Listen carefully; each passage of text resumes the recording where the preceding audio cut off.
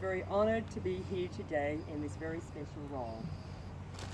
We are here not only to witness their commitment to each other, but also to wish them well and every happiness for their life together. Lester and Kaiser, sincerely, thank you all for being here present today, and for all of those who also spent a big trip to come over to the Philippines, so it's a big ask, so thank you. There is an old Irish saying about marriage that promises that from this day forward you shall not walk alone. My heart will be your shelter, and my arms will be your home. We have gathered here to celebrate two young people finding such a home. Kaiser and Lester have discovered a soulmate in each other, and with the vows they will soon make, they are committing to walking that path together. Family and friends, as I'm sure most of you are aware how Kaiser and Lester met.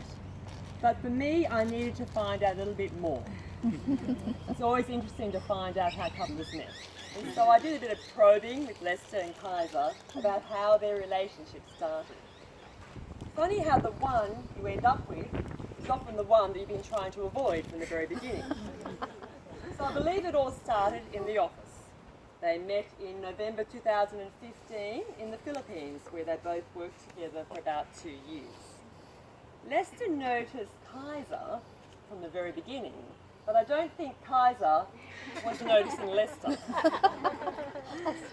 Things started to get more interesting around about August 2016 when they finally, as they say, got together. When Kaiser left the Philippines to work in Australia, it was not long before Lester followed her to Australia some 3 months later, and the rest, they say, is history. Love will always find a way, and quite often it will always win. It is proof here today that these two are meant to be. John, the gentleman, Lester.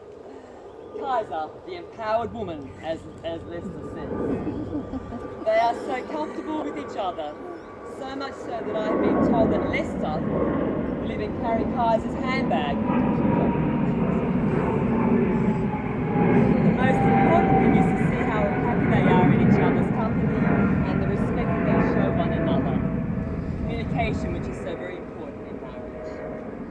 So friends, I'm going to ask Mike and Mary to please come forward to light the wedding candles on the table. The flames from these candles symbolise God's presence within the union.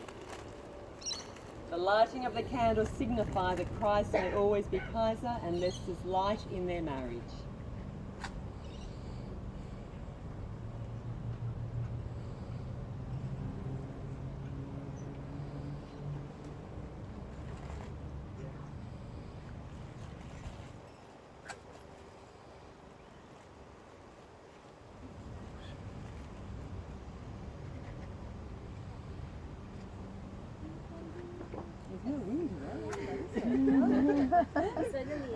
Suddenly.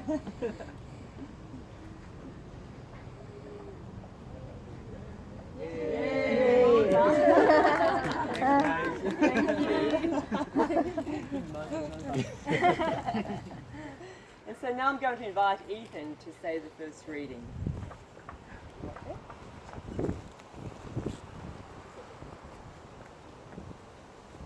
So I'm going to read the verse, so lines 1 to 13 for Corinthians. So if I could speak all the languages of earth and of angels, but didn't love others, I would only be a noisy gong or a clanging cymbal. If I had the gift of prophecy, and if I understand all of God's secret plans and possessed all knowledge, and if I had such faith that I could move mountains, but didn't love others, I would be nothing. If I gave everything I have to the poor, and even sacrificed my body, I could boast about it. But if I didn't love others, I would have gained nothing. Love is patient and kind. Love is not jealous or boastful or proud or rude. It does not demand its own way. It is not irritable, and it keeps no record of being wrong. It does not rejoice about injustice, but rejoices whenever the truth wins out. Love never gives up. Love never loses faith. is always hopeful and endures through every circumstance. Prophecy and speaking in unknown languages and special knowledge will become useless, but love will last forever. Now our knowledge is partial and incomplete, and even the gift of prophecy reveals only part of the whole picture. But when the time of perfection comes, these partial things will become useless. When I was a child, I spoke, thought, and reasoned as a child. But when I grew up, I put away childish things. Now we see things perfectly, like puzzling reflections of a mirror. But then we will see everything with perfect clarity. All that I know now is partial and incomplete, but then I will know everything completely, just as God now knows me completely. 3 things will last forever: faith, hope, and love. And the greatest of these, love. Thank you, Ethan. And now I'm going to call on Sabrina to please come and say the second reading. Thank you, Sabrina. This is a verse from John 15, 1 to 17. I am the true vine, and my Father is the gardener. He cuts off every branch in me that bears no fruit, while every branch that does bear fruit, he prunes, so that it will be even more fruitful. You are already clean because of the word I have spoken to you. Remain in me, as I also remain in you. No branch can bear fruit by itself. It must remain in the vine. Neither can you bear fruit unless you remain in me. I am the vine, you are the branches. If you remain in me and I in you, you will bear much fruit. Apart from me, you can do nothing.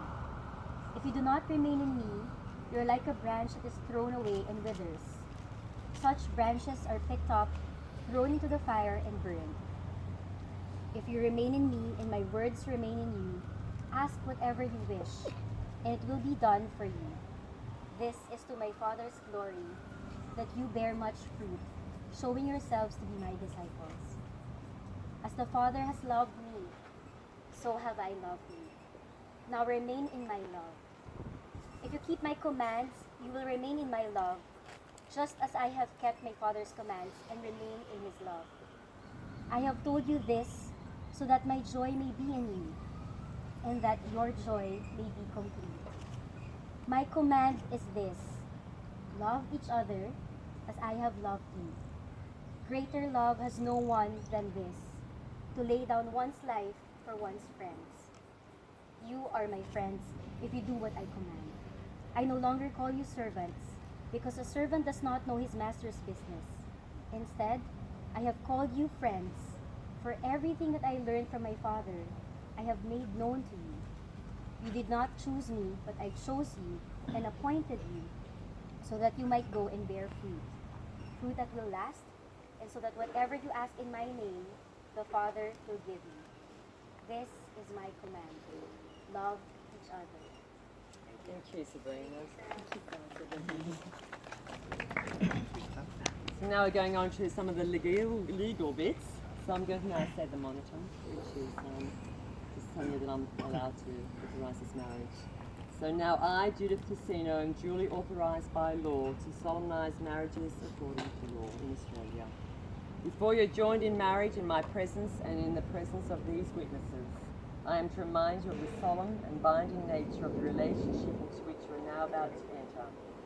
Marriage, according to law in Australia, is the union of two people to the exclusion of all others, voluntarily committed for life. So now I'm going to ask Mr.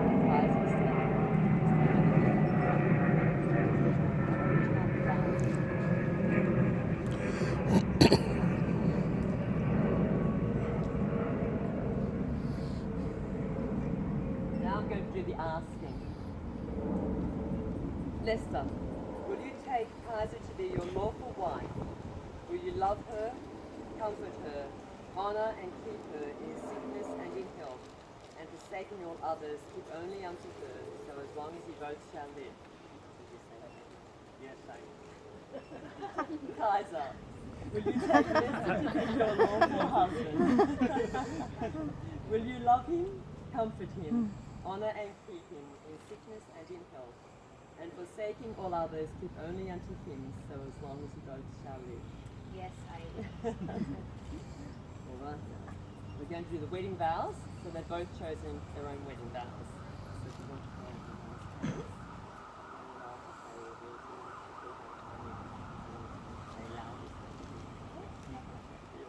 of course.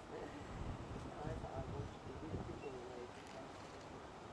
Kaisa, I just want to be with you always, just as you are.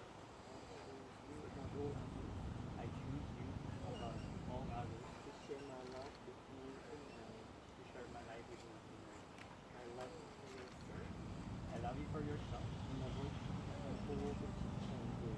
and I want you to become all that you are. I promise to take care of myself I promise to take care of you the best way I can, the best way I know how, so we can continue growing together. so we can continue growing together. I promise to honor, respect, as well as my life. I call upon all the persons here present to witness that I, John Lester Navata, take thee, Kaisa, Ligaya, Soltis, to be my lawful wedded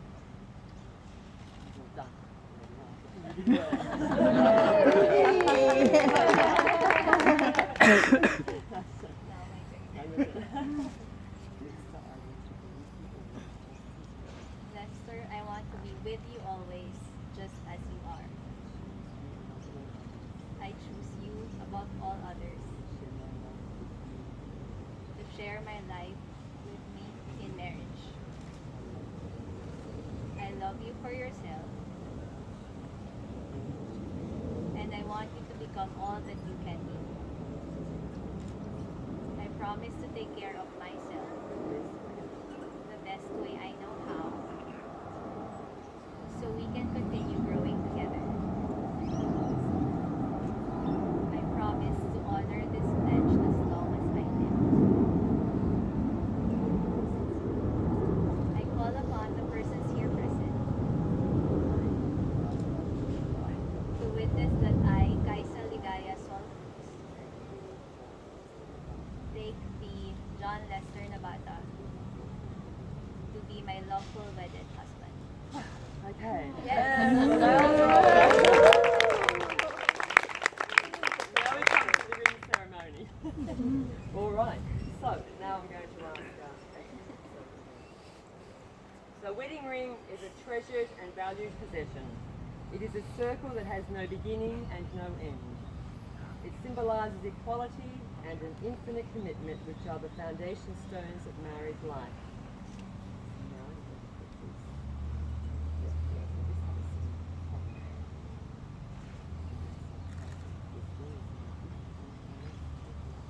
Kaisa, this is my gift of promise and love. Trust and pride. Trust and pride that you are my wife. Take care of it and wear it as a symbol of all that you share. No, it's okay.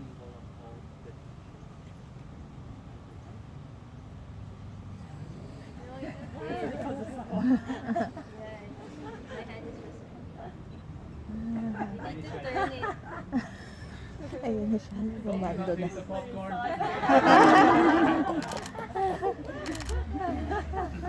It fits.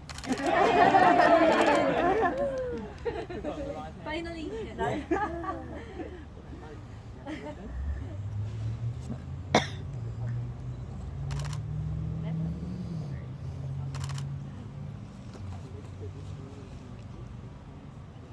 Lester, this ring is my gift and promise of love, trust and pride that you are my husband. Take it and wear it always as a symbol of all that we share. Yours, Peter. All right.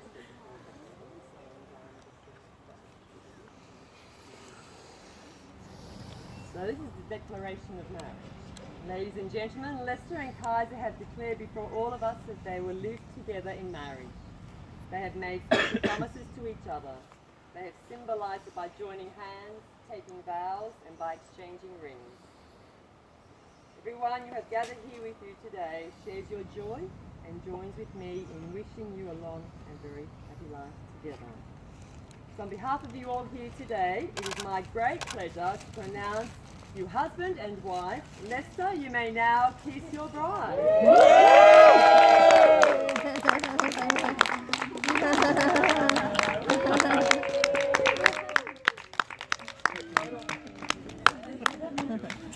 We're now going to do all the legal signing of papers, etc. So I think music's going to be played while we go and do all the hard stuff. Yes.